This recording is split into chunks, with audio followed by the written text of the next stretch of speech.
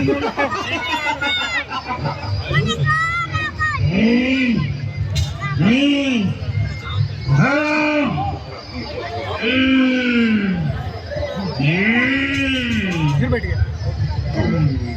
बहुत भूख लगी है, खाने का प्रबंध किया जाए। खाना है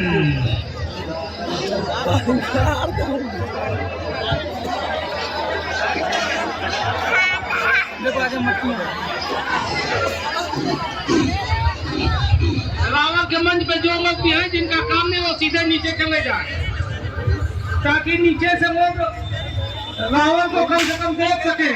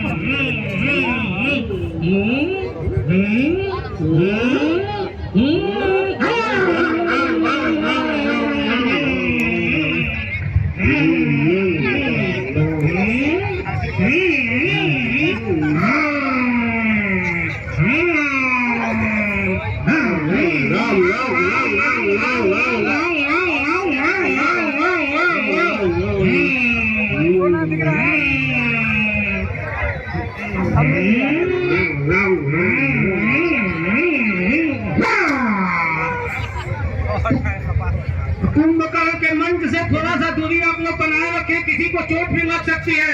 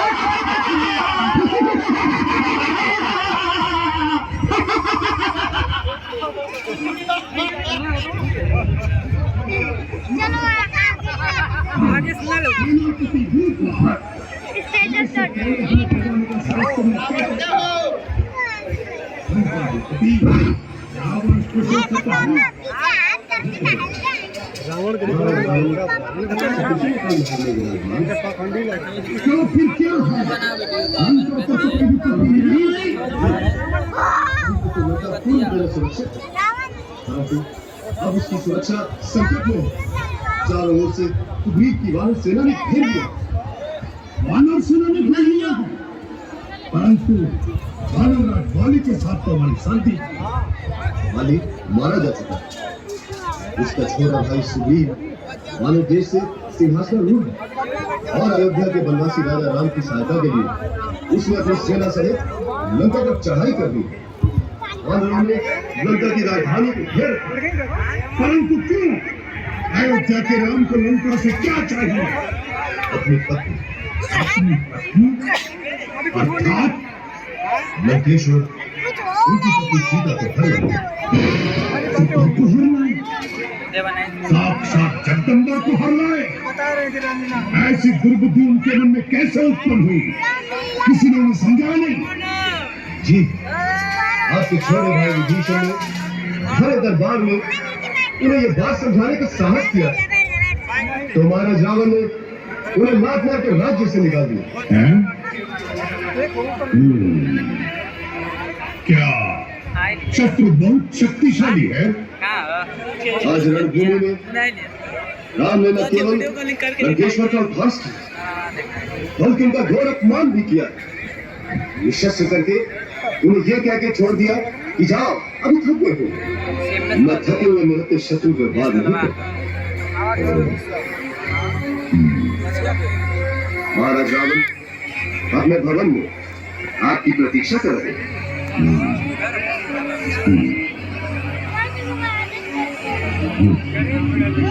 श्रीमान कुंभकर्ण नगर से होते हुए आपके दर्शन के लिए पधार रहे हैं।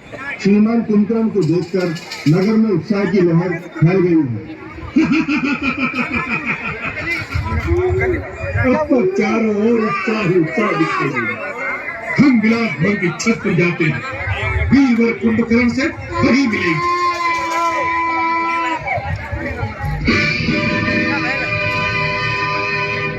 मुझे जो विरूपाक्ष ने सुनाया,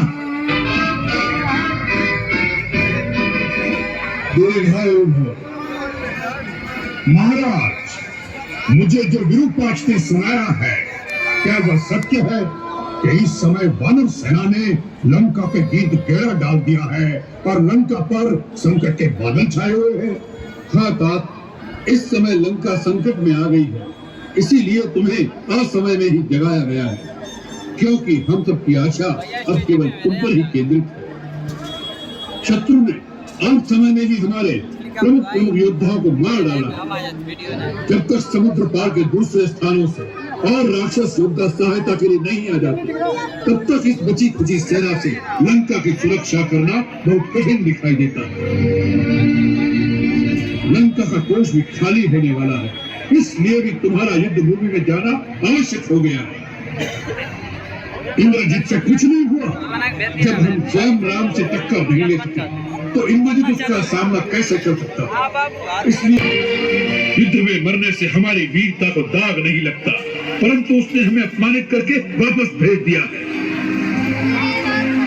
आज सारा संसार हम पर हंसता होगा, यहाँ तक कि सीता भी हमारा उपहास करेगी। अब हम कौन से गौरव के अहंकार को लेकर उसके सामने जाएंगे? कुंभकर्ण मेरे भाई, इसलिए भी तुम्हारा युद्ध भूमि में जाकर उन वानरों और मानवों का भक्षण करना आवश्यक हो गया है। आज राक्षस जाति की लाज तुम्हारे हाथ में है। तुम्हें रावण के अपमान का बदला लेना है राम से।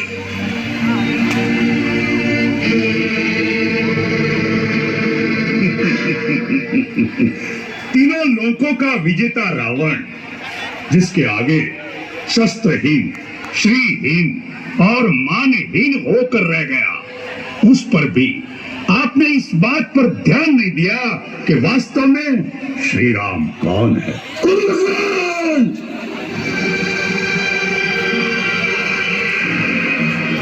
शत्रु को श्री लगाकर संबोधित मत करो। महाराज, आंखें बंद कर लेने से सूर्य का प्रकाश लोप नहीं हो जाता। जो तीनों लोकों के स्वामी हैं, स्वयं श्रीमान नारायण है, उन्हें श्री राम ही कहना पड़ेगा।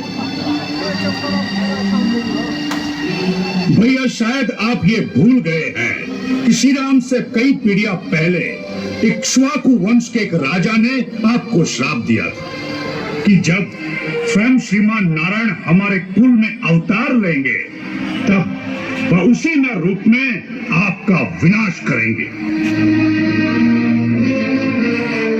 वो बात भी भूल गए जो नारद ने मुझे बताई थी कि विष्णु ने राक्षसों का नाश करने के लिए अयोध्यापति दशरथ के घर जन्म लिया है।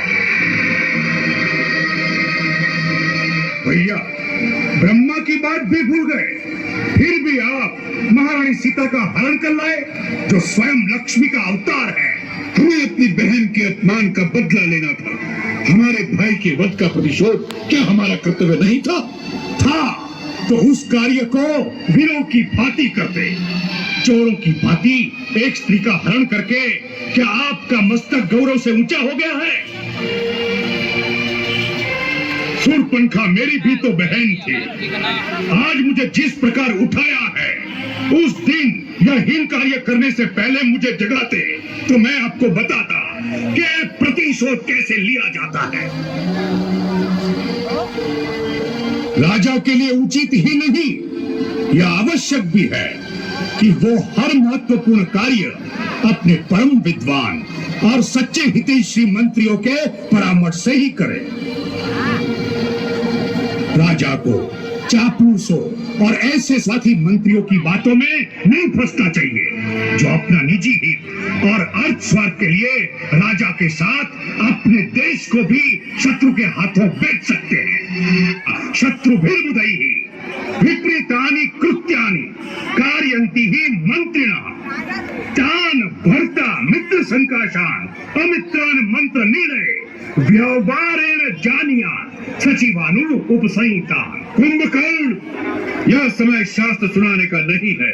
हर बात अपने अपने समय पर ठीक लगती है। यही तो मैं कहना चाहता हूँ भैया कि आपने उचित समय पर उचित बात नहीं की।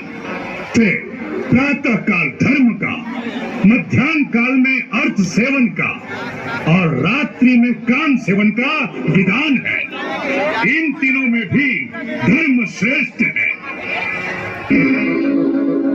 सीता का हरण करते समय आपने धर्म और अधर्म की बात नहीं सोची। मंदोदरी भाभी और विभीषण की नीति और धर्मयुक्त बात नहीं सुनी। तो जाओ, जाकर फिर से सो जाओ। हमें तुम्हारी कोई आवश्यकता नहीं है।